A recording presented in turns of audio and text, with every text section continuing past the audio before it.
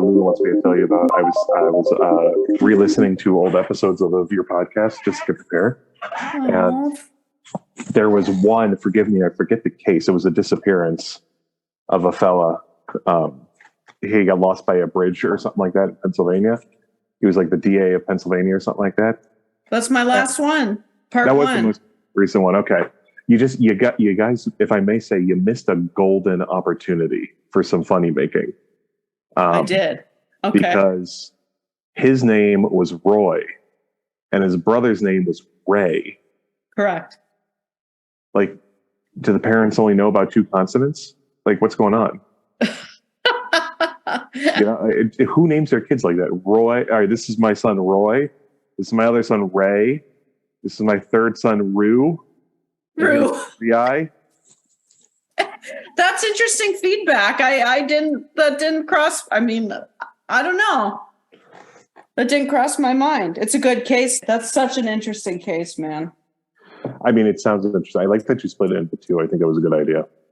Thank you. Yeah, I thought it got a bit too long. And then after editing and everything, the two parts ended up being about equal in length. So, awesome. Yeah. Yeah. Well, welcome to the show. First time guest. Yes, a long-time listener, first-time caller. Thanks for being part of this. You and I have been friends for quite a while. Do you want to introduce yourself? No. Okay. No. This is. I am Bryan. I am Megan's annoying friend, but the one she likes. So. You're not annoying at all, Bryan. And that was not even sarcastic. You're not annoying. All right. Seriously, though, actually pause. Can you hear this chair creaking in the back? Yes. When you do that, yes. Okay. I will try to be careful. Sorry. Yeah. I mean, don't worry about it. Yeah, it's not, just hit noise reduction, This isn't Joe Rogan or anything. It's better than Joe Rogan. Oh, yeah. I mean, this motherfucker was preaching about turpentine, apparently, or something. It's like, come on, buddy. About what? Turpentine. When was that? I don't know. Like, I just saw a thing come across it, just most recent one. Just like, you hear about the benefits of turpentine? It's like, buddy, shut the f*** up. You don't know about shit. Can I keep that in? Yeah, I don't care. Okay, good. You might dissuade your pro Joe Rogan audience, but you think I have a pro Joe Rogan audience? I'm not going to be silent about Joe Rogan. Fair enough. You cannot silence me. Fair enough. Okay, great. So, would you like to hear about the case that I would picked out for us today? Love to hear about the case. I am thrilled. How much do you know about cave diving? Oh, God, Megan, God blessed be the name. I hate this. What? Oh my God, you get oh no, I've seen the videos. I've seen those horror stories of a guy who gets into a cave that's like the size of a shoebox, and I just get the heebies all up and down my body. Oh, same. I'm with you on that. But so I have a case today. We're going to be talking about this guy who was pretty involved in cave diving. Oh, fantastic. Yeah. No. What happened? Did he get lost in a cave? I've solved the mystery. It's a bit deeper than that. So it's a really interesting case. It's about this guy who was an avid scuba diver. And on the surface, no pun intended. Oh, ring the bell. The case may seem a little it might seem straightforward on the surface, but when you start digging into it a little deeper, it becomes really interesting and very questionable. So I'm interested to hear what you think. All right, hit me. Okay. So today we're going to be talking about Ben McDaniel. Ben McDaniel. Okay. He disappeared on August 18th, 2010. So when this episode airs, it's actually going to be the 13th anniversary of his disappearance. Ooh, lucky 13. Maybe we'll find him. Maybe we'll crack the case. I hope so. So yeah, like I said, he was an avid scuba diver. That was his main hobby. Okay. And I know you're going in blind. You've never heard of this before. Never heard of this before. Okay, so let's go. So to start with some background, Ben McDaniel, he was born April 15th, 1980 in Memphis, Tennessee, making him 30 years old at the time that he disappeared in 2010. Mm-hmm. He was the oldest of 3 sons to Shelby and Patty McDaniel, and they were a pretty wealthy couple. But in the late 2000s, Ben was going through some extremely rough times. Oh. Particularly in 2008. Why? What was there some big event that happened in 2008? There were actually a few events that happened in 2008. So Ben had a construction business, and with that whole economy crash thing that happened in 2008. Just that little snafu, yeah. Just that, yeah. Just that. Yeah. Yeah. So I stubbed my toe the other day, so I know what it's like. Yeah. Yeah. So anyway, his business ended up failing, and he was about $50,000 in debt because of that. All right. But it gets worse. He was also going through a divorce. When it rains, it pours, I guess. But then there's a third thing that's really bad that happens in 2008. And that's that his younger brother, Paul, one of his 2 younger brothers, he actually passed away at the age of 22 years old. Ah, jeez, that sucks. Yeah, so he was going through a really bad time at this time in his life.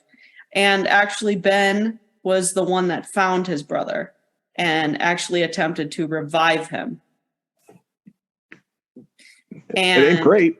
No, not at all. And it was determined, so it was said to be a stroke. Okay. And actually the family, they went on to start a foundation in his honor to fund research and into the treatment of strokes. Yeah, shame they couldn't help Mitch McConnell. Oh my God, that was crazy, wasn't it?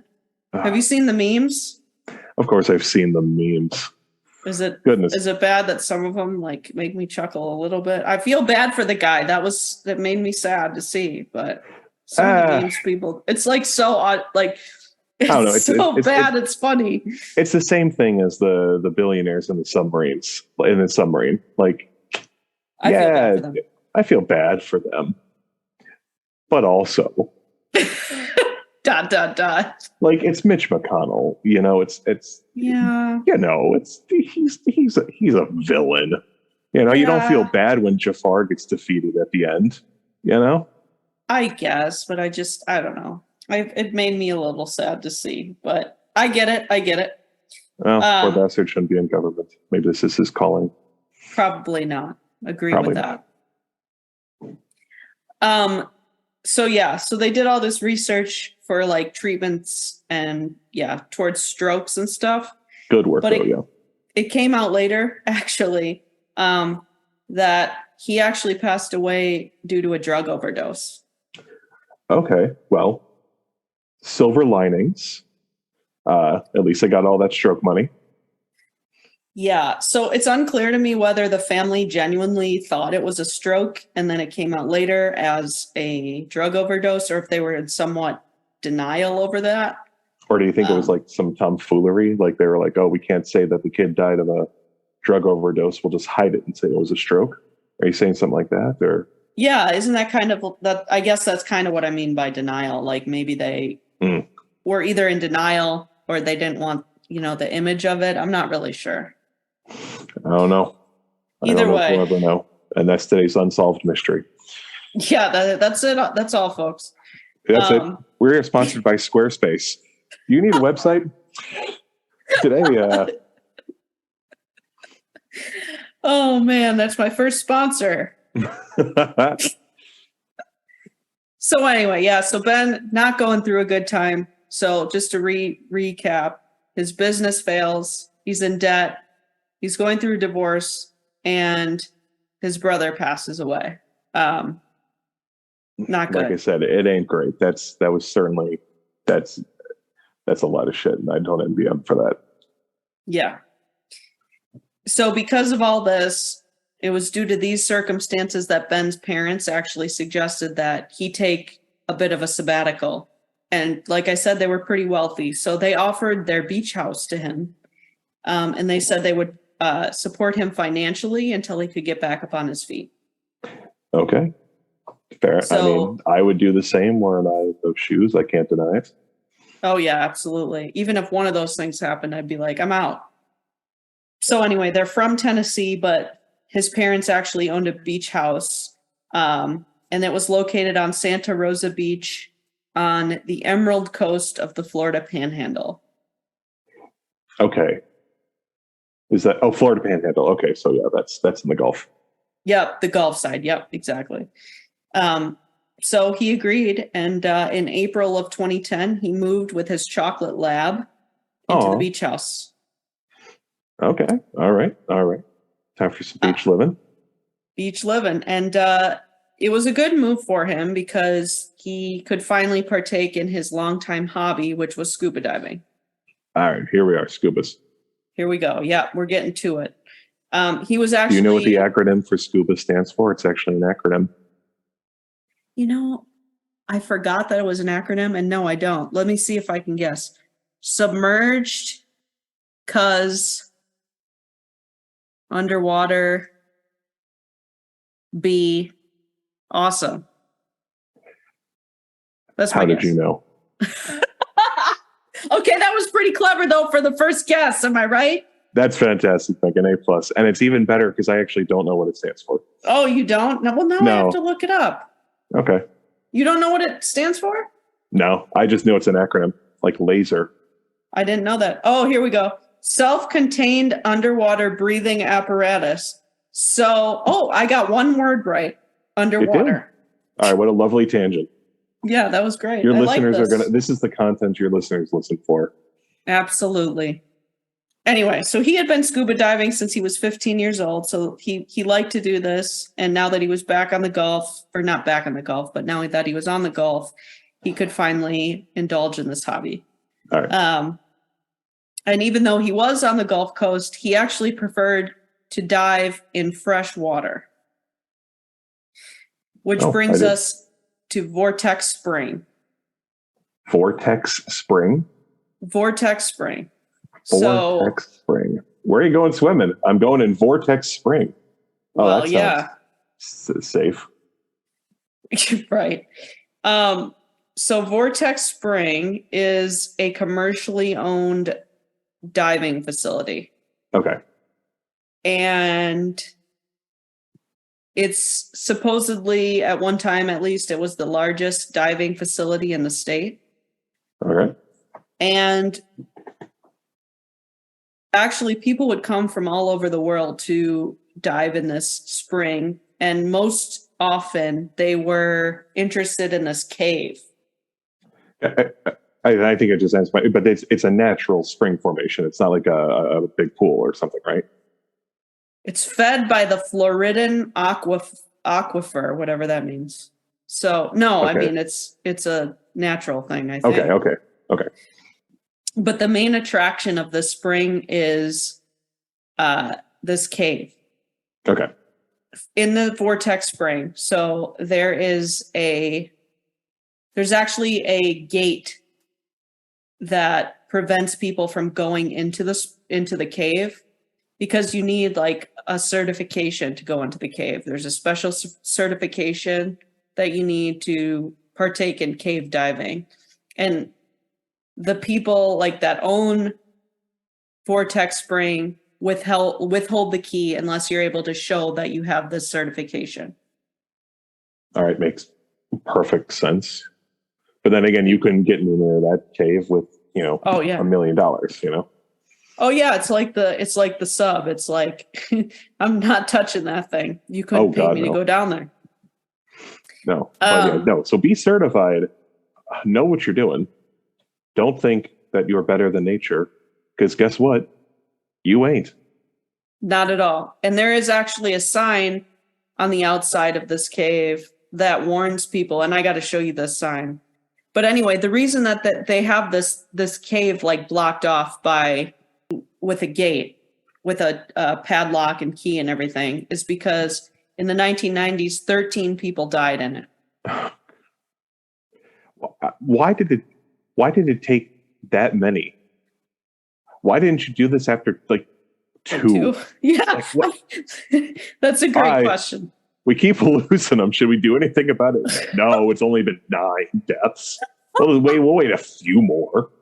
See if it's really a trend. Honest oh my God. I hear you. And so in addition to the gate with the lock, they also put up this sign that depicts the Grim Reaper. Can you see this? Yeah, I can see the sign. I got to tell you, it's scary, but it looks like the Grim Reaper's giving me the middle finger. Oh no, he's doing the come hither. Okay. Oh yeah, it does look like that. I'm gonna post this on my Instagram page at 143 Mysteries. At 143 Mysteries, everyone go there and do your Instagrams there. Yes. All right. So the sign says, "Stop. Prevent your death. Go no farther." Fact: more than 300 divers, including open water scuba instructors, have died in caves just like this one. Fact: you need training to dive. Blah blah blah blah blah blah blah. You know what? I think I get this. Yeah, you get the gist of it. Okay. I get the gist of it. Oh, and it's legit because they have 4 acronyms at the bottom. Oh yeah, definitely. There is nothing in this cave worth dying for. Well, that's what the quitters say. Right. So, yeah, that is the cave at Vortex Spring. Okay. And Ben became kind of fascinated with cave diving, despite him not being certified, right? Okay, great. Great sentence there. Yeah. Okay. And I hope your next sentence is, so he got certified. He was actually in the process of becoming certified. It was something he was wanting to do. But all right. In the meantime, he was actually allegedly pushing the gate aside and going through to explore this cave, in addition to diving in the Vortex Spring. All right. I've said my piece about it. No, I mean, I get it.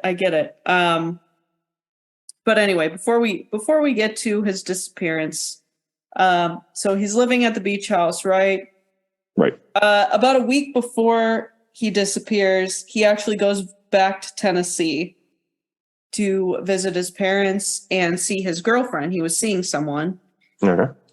And according to them, everything was going pretty well in his life. Despite everything he was going through, he had a pretty positive outlook. Okay. He was talking a lot about cave diving. He wanted to be certified. And he actually was talking about opening up like his own cave diving business. I'm not sure how that would work. Okay, so he's really into this. He's very much into it. And so when he ends up leaving Tennessee to go back to Florida the week before his disappearance, he leaves his parents a note, actually, thanking them for, supporting him during his break, for letting him stay in the beach house. And he writes that he promises that he'll look after them as they get older, like returning the favor, right?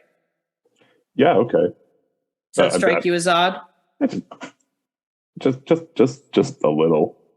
I mean, not in like a mysterious way. Is that an odd thing to say? Like in a written letter? It's 2000 and something. Just call it. I don't know. It's just weird. Don't worry, guys. I got you. You've done so much for me. I promise I'm not going to chuck you in a retirement home. I'll actually do good for you. Just a weird thing to put in a letter. A little bit, yeah, but it does say he left. I mean, it says that he left them a letter thanking them, Right. and yeah. Letters are nice.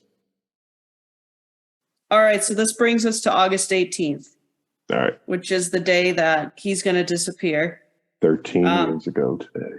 Exactly. He returns to the beach house, and of course, he goes to Vortex Spring. And by the way, he became kind of a regular here, so the employees knew him at this point. Okay. And it was said on this day that divers saw that he was looking closely around the cave entrance, as if he was planning something. Okay. And he went on a dive probably in the middle of the day. He resurfaces. He filled up his tanks, his air tanks. This was all recorded on security footage. And he went down again at 7:30 p.m. to do another dive. And this actually, before that, he called his mother on his cell phone. And this is the last contact he had with anyone. Ma, I promise I'll take care of you when you're old, feeble, and I'm still alive. Yeah, right. I know that this is, you can see that this is going in a particular direction, but trust me, there's more than meets the eye here. Okay. So he spent a lot of the afternoon, before he called his mom, he spent a lot of the afternoon by himself. He was recording things in his dive logs and testing out equipment. And around 7:30, just as the sun was setting, he decided to go down into the water again. Now, here's where things get interesting. So, well, my first thought, and I don't know nothing about scuba, but like, is that safe? Can you scuba in the dark? I guess if you have like a flashlight on your head or something, or a headlight. Yeah, that's a good point. That's a good point. He did have like a light on his helmet. Okay. And I had the same question. But I guess if you're exploring a cave, which he wasn't technically supposed to be doing, but it sounds like the rules here were a little lax because he was able to get past this. And he sounds like a moderately, capable scuba diver. So, I'm sure he had experience scuba-ing in the dark. I think that he probably did. But it's interesting you say that because one of the employees at the dive shop, his name was Chuck Cronin, said that while Ben did have experience, he was oftentimes overconfident about his abilities. Okay. In his opinion. I mean, Megan, you are leading me down a path here, and I think I know what's going on. But you keep on dropping these little hints. Oh, he was overconfident. Oh, he didn't have a certification. Oh, da. It's like, all right, this is not going great. It's not, and you're probably thinking, like, why did she pick such a bull mystery to talk about?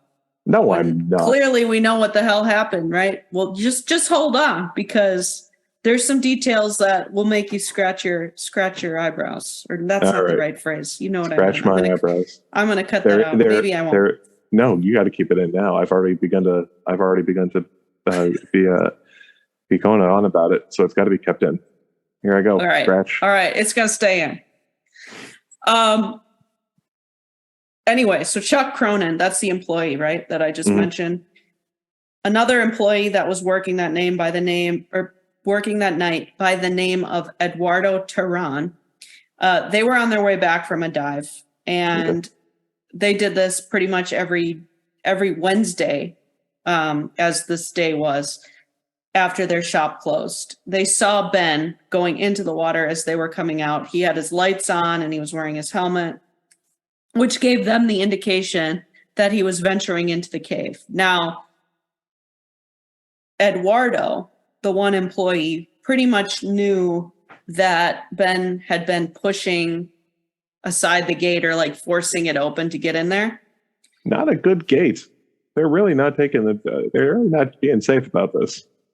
Well, taking it a step further, Eduardo, assuming that Ben was going to go into the cave, actually just opened the gate for him on this night. Okay. All right. Bad call, obviously, but whatever. Yeah. And so they had seen Ben do these dives late at night before, and they typically stayed around to make sure he came up to the surface safely. Mm-hmm. But what do you know? This particular night, they went back to Eduardo's house instead to hang out and didn't actually wait for him to resurface. All right. Fast forward to the next morning. It was a really, really busy day at Vortex Spring with a lot of summer visitors coming. So the employees didn't notice that Ben's truck was still in the parking lot until the day after. So now we're talking about August 20th. Okay. Until the day after the day after?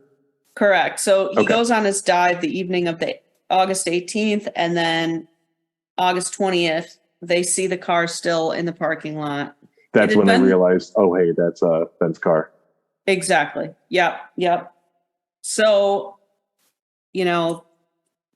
they pretty clearly think that obviously something happened to him on his dive. His truck is still in the parking lot, and so they call the police. They're like, crap, there's number 14. Right. Yeah. So they assume something happened to him. The police come. They discover inside his truck. See, I've seen it reported that, well, first of all, his cell phone was in his truck. They didn't find any diving equipment. Okay. I've seen it reported that he left $700 in cash behind in his wallet, which was left in the truck.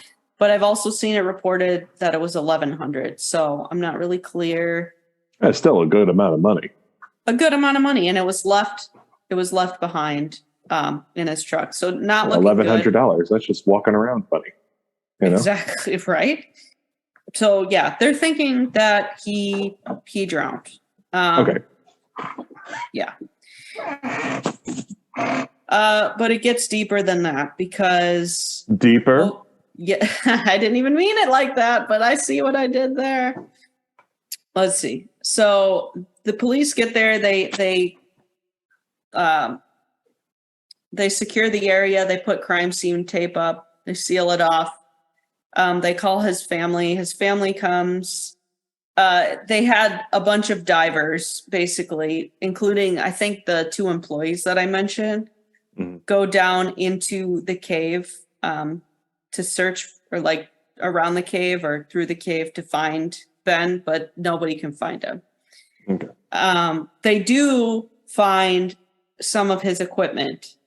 2 of the tanks that were belonging to him were found near the entrance to the cave, which to me, when I first read it, was like, okay, well, something obviously happened to him down there if they're finding his equipment down there. But actually, diving experts thought that this was kind of weird because I guess it's a thing where cave divers usually place extra air tanks that they need for decompression, and they place them at points along their exit route so they can follow them out. Oh, okay. I didn't know we were getting as deep as decompression levels. So yeah, I think I've heard that before, where it's like because you just got to sit there for like half an hour while your body readjusts or something like that. I think that's what it is. That sounds right to me, but I'm not honestly. Yeah. All I'm hearing is that experts are saying it's weird because they saw it as inconsistent because when they tested these particular tanks, they contained normal air and they were not the specialized gas mix that was required for diving at depth. All right, that's weird. Yeah, and so Ben, being the experienced diver that he was, albeit not certified in cave diving, he would have known about this. Mm-hmm. And so, yeah, and he had also been like looking into cave diving and researching it extensively. I mean, it seemed like it was really, really on his mind. I mean, was there some tomfoolery about like, was there like tanks filled with air for nefarious purposes and he took those? Well, relating to the air specifically, nefarious. I don't think so, but there are some other really interesting clues in this case. There was actually a documentary about this whole thing. To sum it up, so I don't go into a ton of technical things, several people, like professional divers, really, really good divers, volunteered, right, to search through this cave. And they found no sign of Ben. The cave had actually been mapped out. While they say the full extent of it isn't exactly known, it's been mapped out, and most professional divers are in agreement that Ben is not in the cave. Because they've checked crevices. I guess it's a common thing, which I also learned in researching this case, when divers panic in these caves, which is another reason that I would never do this. Oh, God. Could you imagine having a panic attack in a tiny little cave underwater? I mean, the thought of it makes me want to panic right now, and I'm perfectly safe above water. I'm feeling the heebies just talking about it. Oh, I know. It's crazy.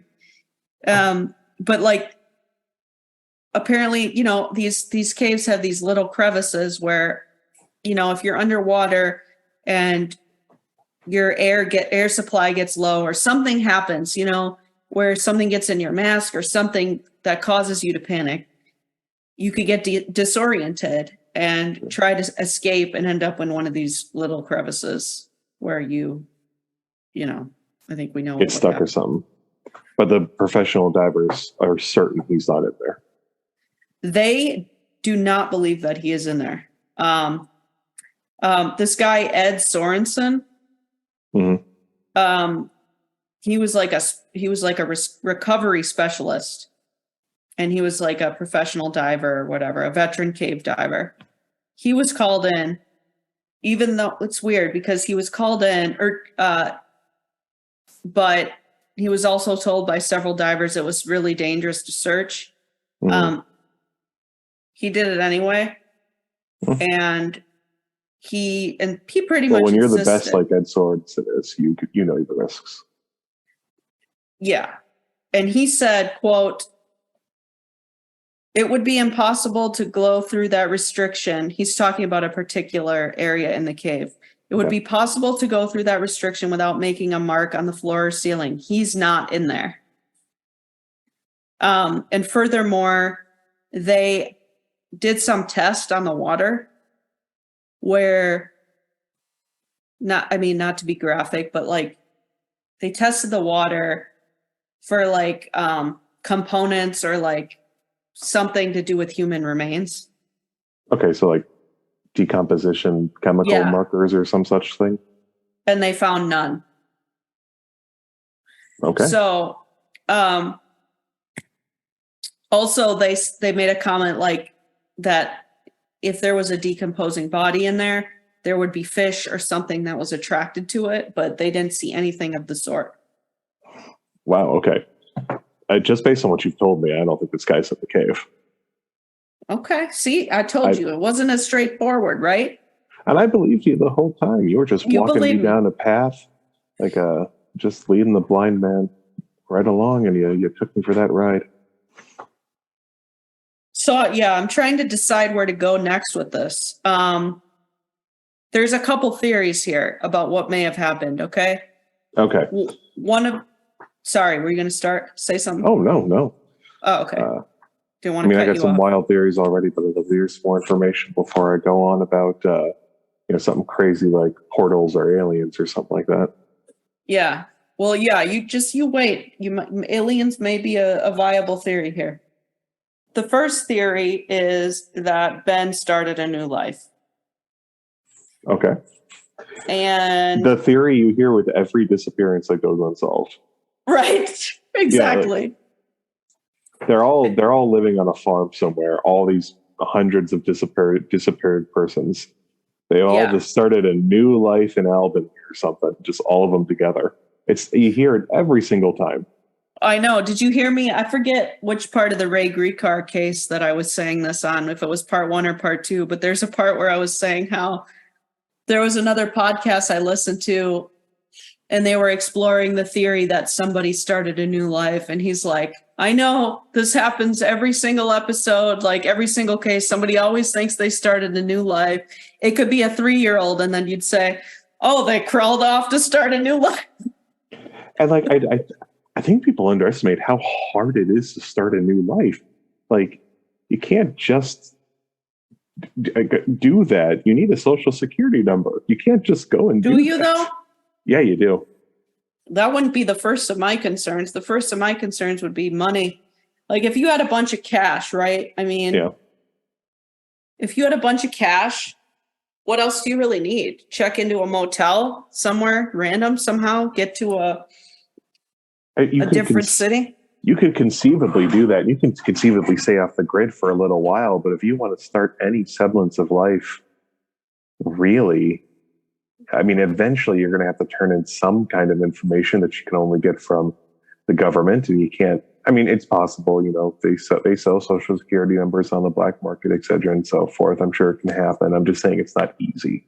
Yeah, no, I get you. It wouldn't be easy. Plus, you have the whole, depending on how high profile your case was, you would have to worry about being recognized.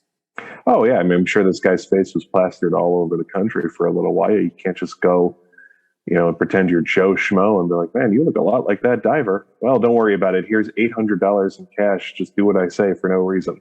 Like, it's hard. I mean, I guess you could change your appearance too, but I'm with you. I don't think it's as easy as people tend to think. I don't know. I'll give it a try and report back. All right. So the main things that people point to for this theory is just the fact that he was going through such hard times, right? Yeah.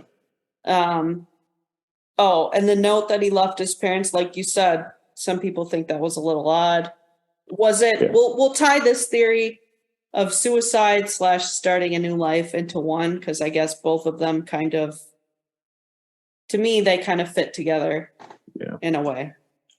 Yeah, I mean, from what you've told me, I obviously starting a new life probably didn't happen. Suicide, maybe, but like, again, it's a common theme among these missing persons is they go through all this elaborate hullabaloo just to go and kill themselves elsewhere where they're not found. Like he went through all of this work with all the cave diving and the setting up of the tanks and everything. And then he just is like, okay, I'm done. I'll go off myself now. Like, it just doesn't vibe. I'm not saying it's impossible. I'm just saying it just doesn't vibe. Yeah, I agree. It seems a little far-fetched for sure. And anyway, because they were operating on a theory that maybe Ben took his life elsewhere, cadaver dogs and police searched the woods and things around Vortex Spring. They used helicopters. They searched swamps. They searched the spring's outflow, which ended up in the Chattahoochee River. And anyway, they found no sign of Ben. Well, I imagine he wouldn't have been able to get too far, presumably, unless he had because he left his car. So it had to be within walking radius, or I don't know, he got a ride from somebody, but that's just a whole other bag of worms. Right. All right. So let's talk about the controversy with the reward money. Ooh. So Ben's parents offered $10,000 to, quote, anyone brave enough to go find Ben in the cave. Because his parents maintained, I guess, his parents really believed that he was in the cave and that he just hadn't been found yet. Okay. Initial thoughts? Yeah. Reckless. Yep. Because now you're going to have everybody with a plastic baggie of air trying to get into that cave. Exactly. So that's going to be good. Absolutely. Yeah, you're right. That was the controversy. I mean, you had number one. Also, that what you said is that people that are ill prepared, that would encourage them to go in there when they had no idea what they're doing. And it was kind of a slap in the face to the people that had already done the search, as if they weren't brave or whatever. Oh, yeah. I mean, didn't they know that Ed Sorensen went down there? I know. Ed Sorensen went down. Ed Sorensen? Of course. I mean, God, you send down Ed, he's good for his word. Yeah. They actually ended up increasing the reward money, $30,000. Okay, well, now I'm into it. Now you're what? Now I'm into it. Now I got to go down there and check it myself. But check it out. So this other diver from Mississippi by the name of Larry Higginbotham. I'm sorry, what?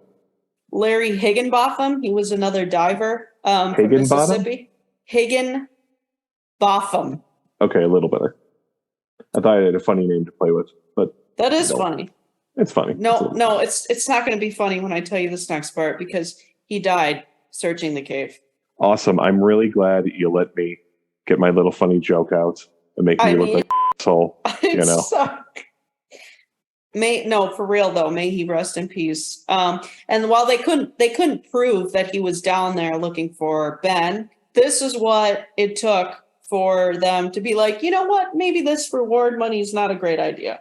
We've killed a man. Maybe we should stop. Yes, they rescinded the reward offer, which is probably a good call. A very good call. All right, so we touched briefly upon the possibility that Ben ended his life or faked his disappearance to start a new life. I don't really buy it. Neither do I. Something I personally believe is a little more plausible, but let's hear what you think. Another theory is that Ben did die on the cave dive, but because the employees were so lax with the fact that he wasn't certified and they opened the gate for him, did the employees somehow remove his body to avoid accountability? That's another theory. Sneaky. I can definitely see it being a thing. I do see two issues. One, and I don't know if this is real or not. So a scientician will have to come into your comments and tell me if I'm actually right. But I mean, a scientician, smart fellas. Yes, smart fellas.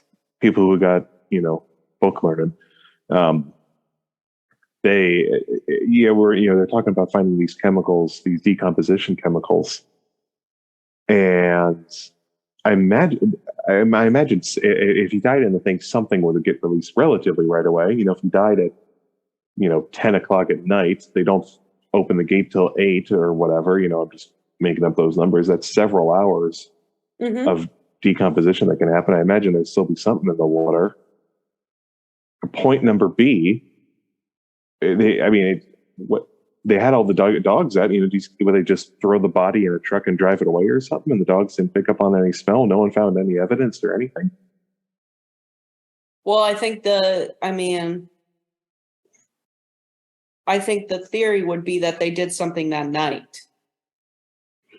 Oh, right? So the employees went back and found them? Yeah, or instead of waiting for him to resurface, because they said they didn't wait for him to resurface this particular night. By the way, the guy actually, the one who unlocked the gate for him that night, he actually, for what it's worth, passed a lie detector test. That's worth nothing. Lie detector tests are useless. Okay, well, so yeah, do with that what you will, but and I'm not saying that's that guarantees you did it or anything. Could it have been? And this might be theory number 3, so apologies if I'm jumping ahead, but could it have been that Ben never went in the water at all? There was some altercation with the employees for some unknown reason, and they just offed him there and then took him away and tried to make it look like he went down? You know what? That is great that you mentioned that, because that does lead us into Lowell Kelly. Lowell Kelly. Now, Lowell Kelly was the owner of Vortex Spring, and he had owned Vortex Spring since 2007, and he was actually facing criminal charges at the time of Ben's disappearance. What were the criminal charges? Oh, I can't wait to tell you. Oh boy, I can't wait to hear. So he's the owner of Vortex Spring, and so I guess a temporary employee, who apparently he said owed him money, thousands of dollars. Okay. He did what we all do when someone owes us money. He forcibly kidnapped him, took him out into an isolated wooded area, and tried to beat him with a baseball bat. Okay. Lol, Mr. Powell. A bit of an overreaction. Light. First off, why are you lending money to a temp employee? Well, I don't know what the exact circumstances behind this were. What if it was for $5? Like the guy's like, I forgot my lunch. Yeah, here's $5. Make sure I get it back. Doesn't pay him back for a couple of days, takes him out. Now, luckily, this man escaped. Thank God. Yeah, but Lowell was actually charged with assault and kidnapping. Why? What does ameliorated mean? I could look it up, but do you know what that means? No, not like... I've heard it used, but I am not a lawyer, Station. Make something bad or unsatisfactory better. So it says he ameliorated the charges against him by pleading no contest. Oh, so I guess that means like he got the charges lessened by not putting up a fight. Okay. So like, you know how they'll say like, we'll bring you down from murder to manslaughter if you just sign the plea deal, you know? Got it. Okay. So anyway, he was fined for this and sentenced to 7 years. Okay, 7 good. years Thank probation. God. 7 years probation. Oh, that's not that. Fined. Slap on the wrist. But and probation? 7 years probation. He kidnapped a man and beat him with a baseball bat. I know. I'm saying I think that's too lenient. Oh my God, Florida. Don't you think that's too lenient, or what are you saying? Yes, that's too lenient. Okay. He was convicted with a no contest charge. That's for kidnapping, assault, and general malfeasance. And he gets a baby's first fine. Like, get out of here. Throw him in the jail for a little. Baby's first fine? Like, come on. Oh my God. Dude, I'm going to start using that. That's awesome. Baby's first fine? Baby's first fine. Okay. So obviously, bad news bears. You are now working for a man who kidnapped a guy and got away with it. So that's not good. Well, it gets even more interesting because he did it twice. No, or maybe no. So in 2011, right? Right. Lowell Kelly was hosting a chili cook-off at Vortex Spring later that year in 2011. Cool. Really cool. He actually fell down some stairs and got a head injury. Okay. Was it the chili? Was what the chili? The cause of his fall? I don't think so. I think he fell down some stairs. And anyway, this is weird. Okay. Apparently, a guest that was also at the chili cook-off took him home to rest and recover. To his home or to the guest's home? No, to his home. Okay. And they helped him take a shower, I guess, or get into the shower. And then they put him to rest in a bathtub. Okay. Long story short, his condition worsened overnight. Another employee came by the next day to check on him, and he was basically in a coma, and he died the next month. Like they always say, if you get a concussion, don't go to sleep. Yeah, it sounds like that's what happened. I mean, very interesting. That whole series of events. Man has a chili cook-off at a water fountain, bashes his head, gets taken home by somebody, undressed by said somebody, put into a tub by said somebody, and then... Why the tub? Why not the bed? Why the tub? Why not the bed? Why go... It's the strangest situation. Yeah, this tub will do you good. Yeah, really crank that neck. That's what's good after you've had head trauma. Oh, yeah, bend those knees. Really get them stuck in there.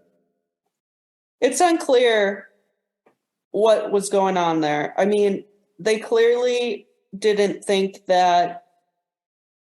Maybe they didn't think that his injuries were as severe as they were. I don't know, but that's not better. You think, this guy just needs to... Yeah, my manager has a headache. I'll just undress it. Well, check it out, though. There was another guy that was... I forget who this was. I need to find the source, and I apologize that I don't have it in front of me, but apparently this guy said that he doesn't believe that Lowell Kelly was actually died the way that it was reported, and that he was killed because he had more knowledge about Ben's disappearance than he let on. So he had more knowledge about Ben's disappearance, and quote, he liked to talk too much when he drank. So this particular person that said this theorized that because this Lowell Kelly guy talked too much when he drank, they were afraid of him spilling the beans on what could have happened to Ben. Okay. But if he talked too much when he drank, he would have spilled the beans already. I don't know.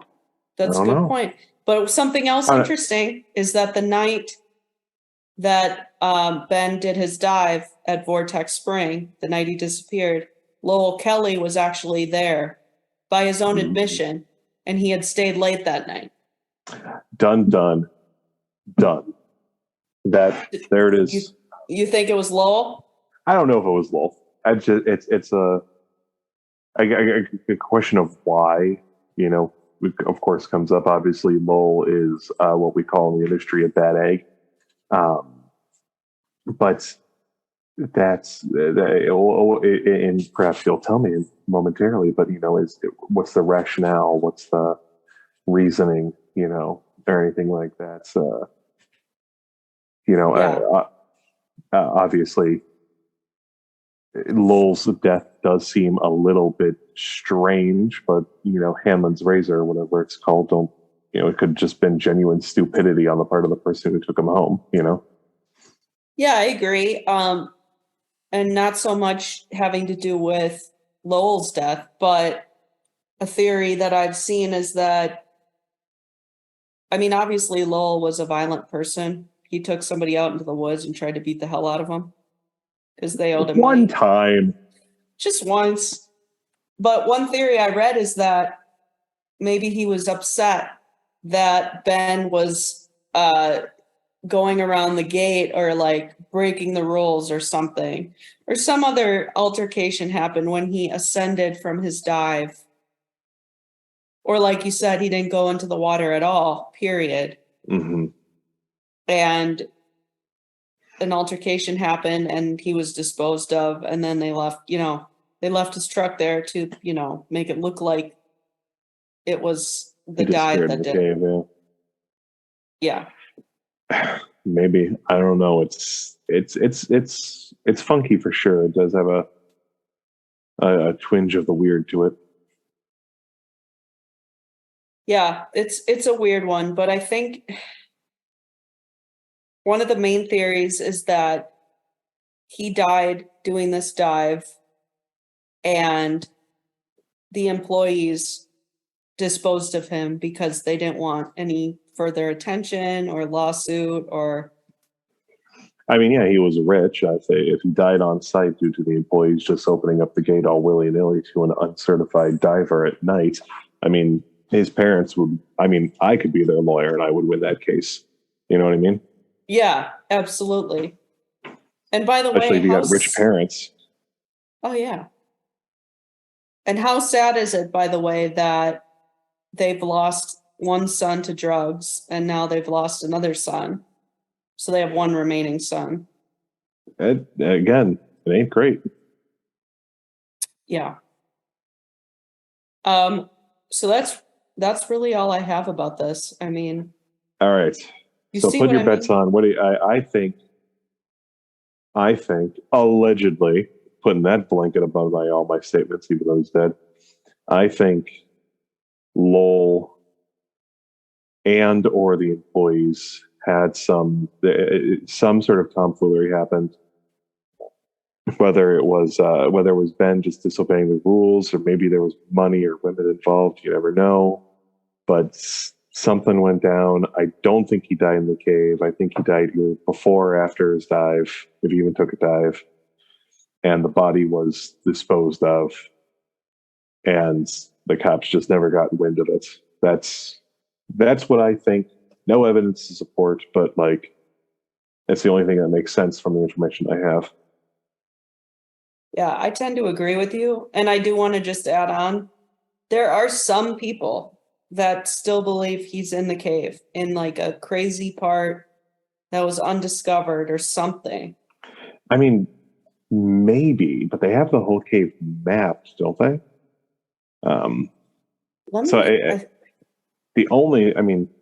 I suppose there's a possibility that he got into some tiny, little culvert that opened up and sealed in the same night or something like that. So what I've seen here, it says beginning at the gate, over 1,600 feet through the area's limestone bedrock have been mapped to a depth of 310 feet. The cave's full extent is unknown. At some points, the passage narrows to 10 inches. Nope. Requiring divers to remove their tanks, push them forward through the passage, then twist their bodies to follow. Or how about don't? What? Right. And I was listening to another podcast about this case, this YouTuber that I like named Kendall Ray, and she was like, she was talking about that, and she said, "Can I get a no?" Absolutely not. Like why do people find that fun? I mean, I'm not to judge anyone's hobbies, right? Right. But that's not. I don't get it. I don't know, thrill of adventure and all that, but like that's I don't know, cave diving, all that contortion stuff, absolutely not. Just no. I mean, I'm a big guy in general. I'm not fitting in 10 inches of anything, but like, oh my God. Absolutely. Take off the tank? No. What are you, silly? What are you, goofy? Get out of here. Yeah. Go do drugs. Thanks. Like, what are you doing? Oh, speaking of drugs, I guess for what it's worth, I should have said this earlier. Ben was on some prescription medications for depression and anxiety at the time of his disappearance. That's just one fact I left out. I don't know. Maybe a contributing factor. Who knows?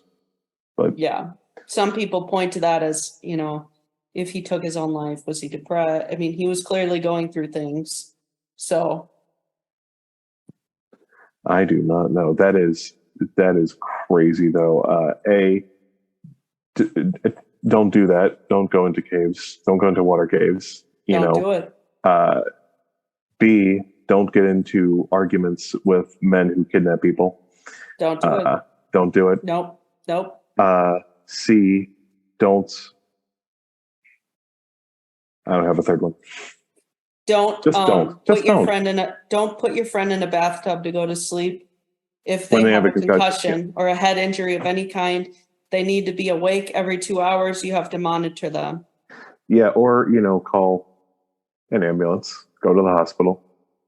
Yeah, do that. Yeah, absolutely. Or here's a crazy theory. It was the guy who took Lowell home was actually Ben, who did successfully restart his life, and he killed Lowell as an act of revenge. Ooh. You know what's interesting?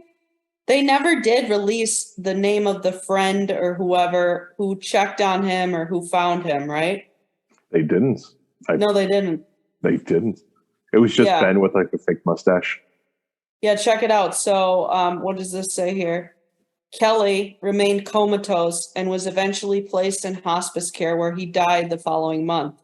The Holmes County Sheriff's Office, which had also been the lead agency investigating the McDaniel disappearance, implied it had not gotten the full story of what had occurred the night of Kelly's injury and that it had some questions it wanted answered. However, police would not name the individuals who had taken Kelly home and who had found him in the morning. The sheriff's office also refused to release the autopsy report to the Northwest Florida Daily News, despite its status as a public record under the Florida Sunshine Law. It claimed that release of the report would compromise an ongoing investigation. And then nothing more developed from it. Nope. Not that I've seen. Oh, no, not that I've seen. I don't know. I mean, it could have also just been a crime of opportunity. You know, manager falls down and busts his head, and you're like, "Hey, I know what we could do. Let's stuff him in the tub at his house." See, you know, and what? Just hope that it's a concussion and that he doesn't. And hope that he dies. Who knows? Or again, they're just idiots. Yeah, there's a lot of question marks in this case, but it's worth saying that Ben McDaniel was legally declared dead in 2013. Okay, so 3 years on. 3 years after he went missing, and that was 10 years ago. So he's missing for 13 years. Oh, poor bastard. Yeah, so I mean, that's the case. And a great case it was. Oh, thank you very much, Megan, for having me on your podcast. It was fantastic. Brian, I gotta say, thank you for being here. Thank you for being on.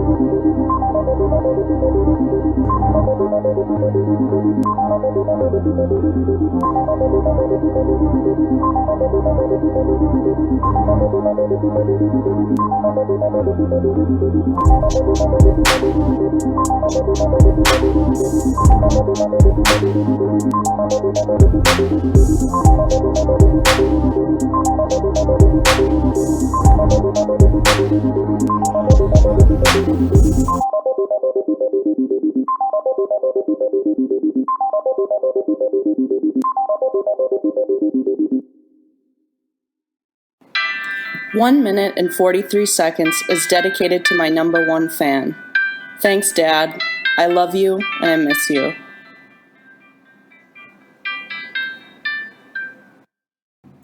This podcast has been approved by Skipper the Cat. Right, Skippy?